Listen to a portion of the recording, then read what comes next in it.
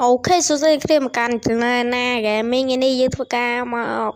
បរៀនពីរបៀប download កម្មវិធី Hey Skin តែម្ដងគ្នាយើង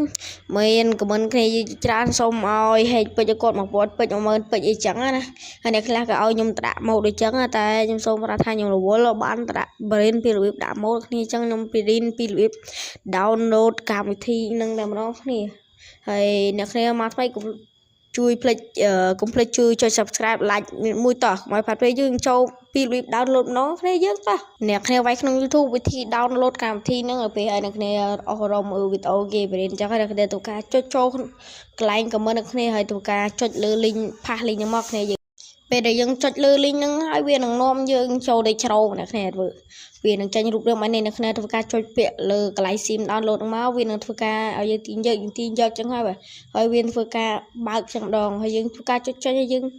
ធ្វើការមករកកម្មវិធីវានេះអ្នកគ្នាតម្រូវឲ្យមានកម្មវិធីវានេះតែម្ដងគ្នាបាទឥឡូវធ្វើការចុចចូលកម្មវិធីវានឹងមកហើយវានឹងលោតបងនេះយើងធ្វើការចុចអាទី4តាមសញ្ញាព្រួយខ្ញុំបានដាក់គ្នាពេលចុចហើយយើងចុចអាកន្លែងហ្នឹងមកនេះគ្នាខ្ញុំដាក់សញ្ញាព្រួយគ្នាស្រួលមើលយើងចុចលើគេ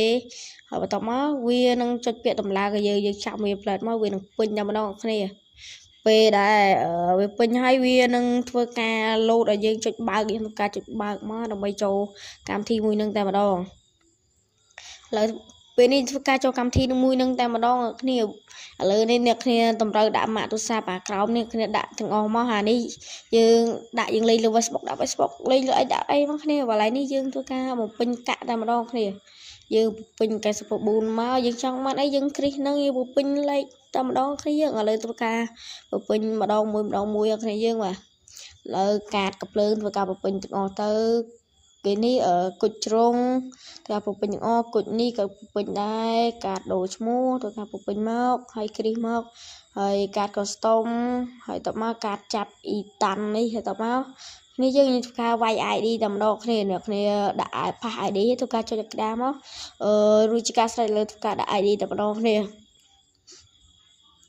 ឡូវខ្ញុំធ្វើការដាក់ ID ហើយខ្ញុំធ្វើការចុចវីដេអូយើងមានប៉ុណ្ណឹងបាយជម្រាបលាអ្នកគ្នា